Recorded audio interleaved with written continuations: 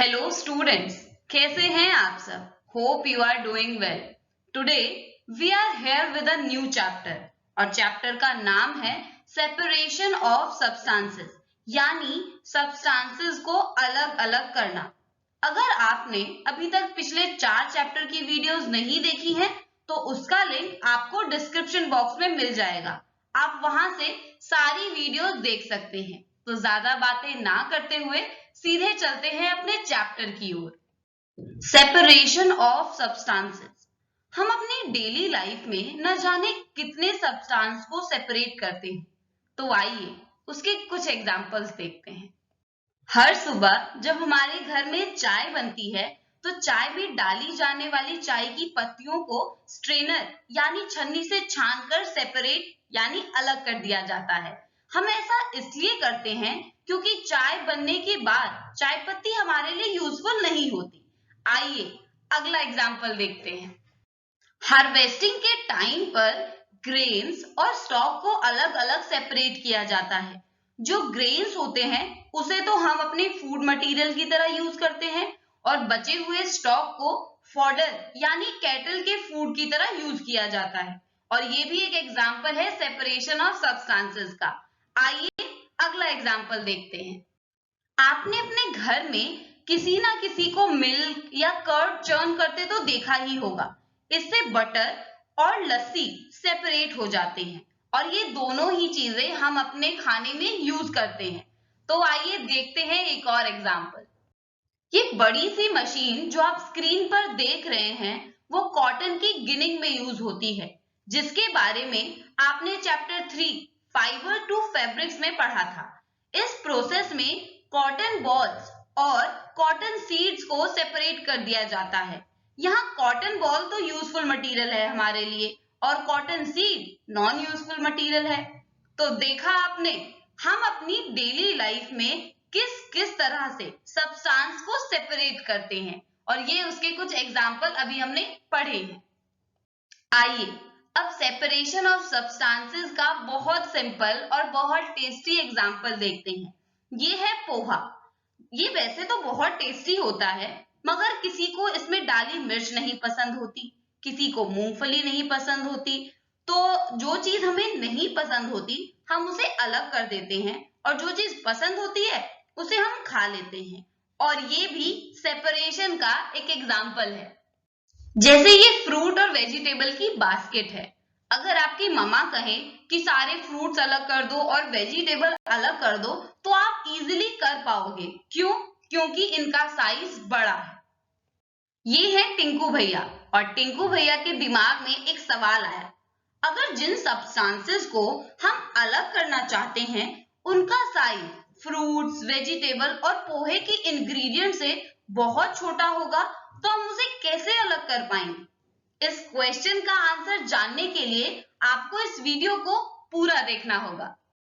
ये सारे एग्जाम्पल सुनने के बाद टिंकू भैया कंफ्यूज हो गए और पूछ रहे हैं, आखिर हम सब्सटेंस को सेपरेट क्यों करते हैं? Why do we separate substances? तो आइए जानते हैं।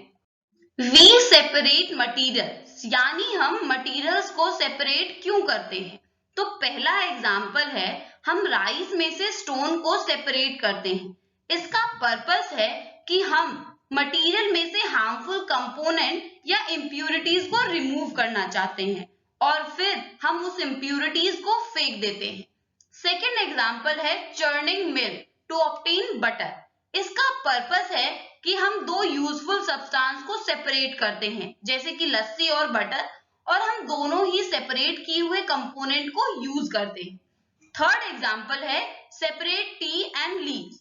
इसका पर्पस है कि हम नॉन यूजफुल कंपोनेंट को सेपरेट करते हैं और इसके बाद हम उस नॉन यूजफुल कंपोनेंट को भी फेंक देते हैं। सेपरेशन ऑफ सब्सटेंसेस से रिलेटेड ये कुछ इंपॉर्टेंट पॉइंट्स हैं। पहला पॉइंट है कि किसी भी सब्सटेंस को यूज करने से पहले हम उसमें से हार्मफुल सब्सटेंसेस को सेपरेट कर देते हैं। सेकेंड पॉइंट है, कई बार तो हम दो सब्सटेंसेस को एक मिक्सचर से अलग करके दोनों को अलग अलग यूज करते हैं।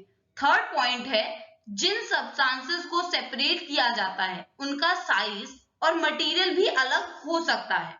और फोर्थ एग्जांपल है कि वो सॉलिड, लिक्विड, गैस कुछ भी हो सकते हैं। ये सारे एग्जांपल्स देख के और ये सारी बातें सुन के टिंकू भैया के दिमाग की बत्ती जल पड़ी और एक सवाल और आया है उनके दिमाग में। जो सब्सटेंसेस आपस में मिक्स होते हैं उन्हें अलग यानी सेपरेट कैसे करते हैं? अगर उनकी इतनी अलग अलग प्रॉपर्टीज है तो इस सवाल का जवाब हम आगे जानेंगे। Methods of separation. सब्सटेंस को सेपरेट करने के कई सारे मेथड हैं और जिनके नाम है hand picking, threshing, winnowing, sieving, sedimentation and decantation, filtration, evaporation. इन सबको हम वन बाय वन करके आगे डिटेल में पढ़ेंगे। फर्स्ट मेथड है हैंड पिकिंग यानी हाथ से चुनना। आपने अपने घर में कई बार देखा होगा कि चावल, दाल या किसी और चीज में से कंकड़ या इंप्यूरिटीज हाथ से निकाली जाती है, जैसा कि आप पिक्चर में देख रहे हैं।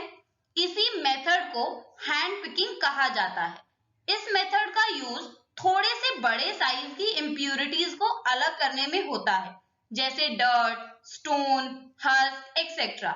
इसमें इंप्यूरिटी की क्वांटिटी ज्यादा नहीं होती और ऐसी ही सिचुएशन में हम हैंड पिकिंग मेथड का यूज सब्सटेंस सेपरेट करने में करते हैं।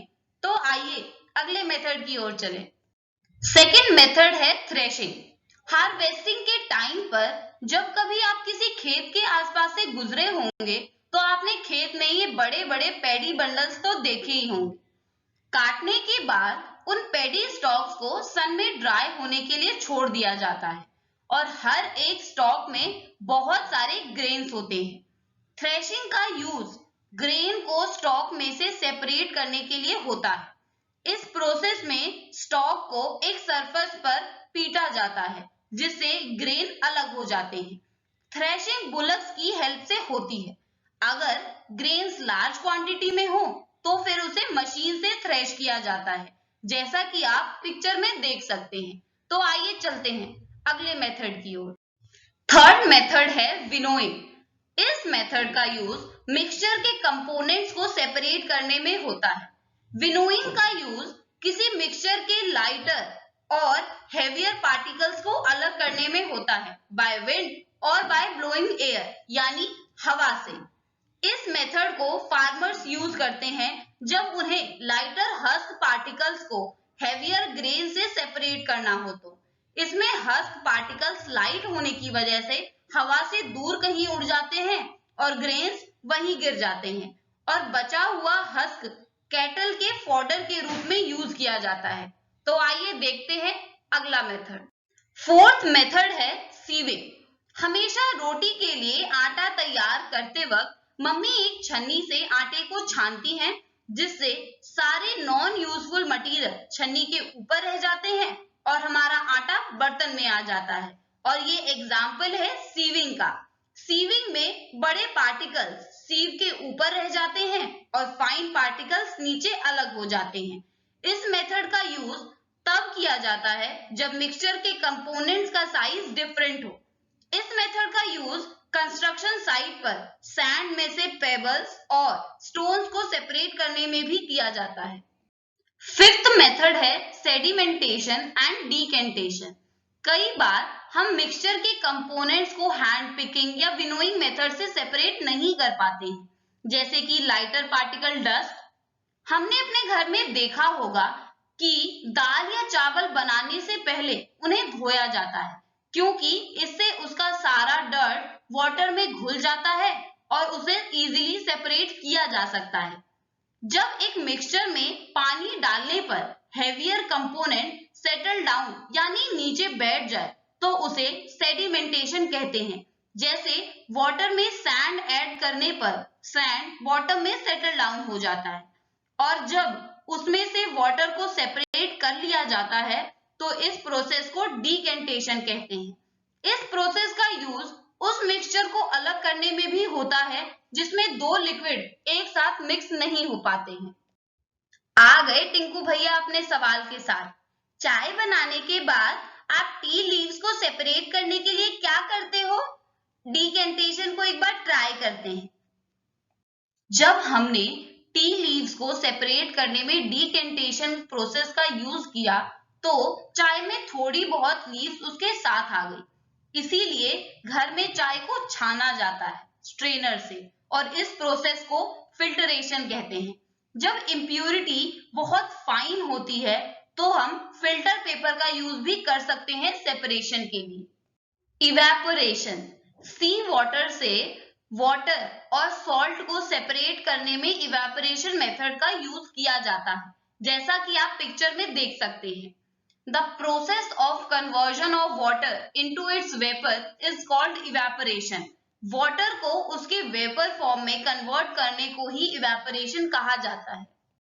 Use of more than one method of separation, यानी किसी सब्सटेंस को अलग करने में कई बार हमें एक से ज्यादा मेथड भी यूज करने पड़ सकते हैं और वाटर वेपर को फिर से लिक्विड फॉर्म में कन्वर्ट करने को कंडेंसेशन कहा जाता है। Can water dissolve any amount of substance? क्या वाटर कितना भी सब्सटेंस घोल यानी डिसॉल्व कर सकता है? जब कभी आप पानी में नमक या चीनी मिलाते हैं तो कुछ चम्मच चीनी या नमक डालने के बाद आप देखेंगे कि अब और नमक या चीनी नहीं घुल रही है और वो बर्तन के नीचे यानी उसके बॉटम में बैठ गई है। अगर ऐसा होता है तो उस पानी में जितना अमाउंट नमक या चीनी घुल चुका है और बाकी घुल नहीं रहा है, मतलब ये सॉल्यूशन सैचुरेटेड हो चुका है। सैचुरेटेड सॉल्यूशन मीन्स अब और सब्सटेंस डिसॉल्व नहीं हो सकता। अगर हम सॉल्यूशन को हीट दें यानी गर्म कर दें तो बाकी बचा सब्सटेंस भी घुल जाएगा। और यहाँ आपका एक और चैप्टर खत्म हुआ। इस चैप्टर से रिलेटेड अगर आपको कोई भी क्वेश्चन पूछना हो तो आप कमेंट सेक्शन में लिख सकते हैं और वीडियो अच्छी लगी हो तो वीडियो को लाइक शेयर करना ना भूलें। मिलते हैं अगले चैप्टर में।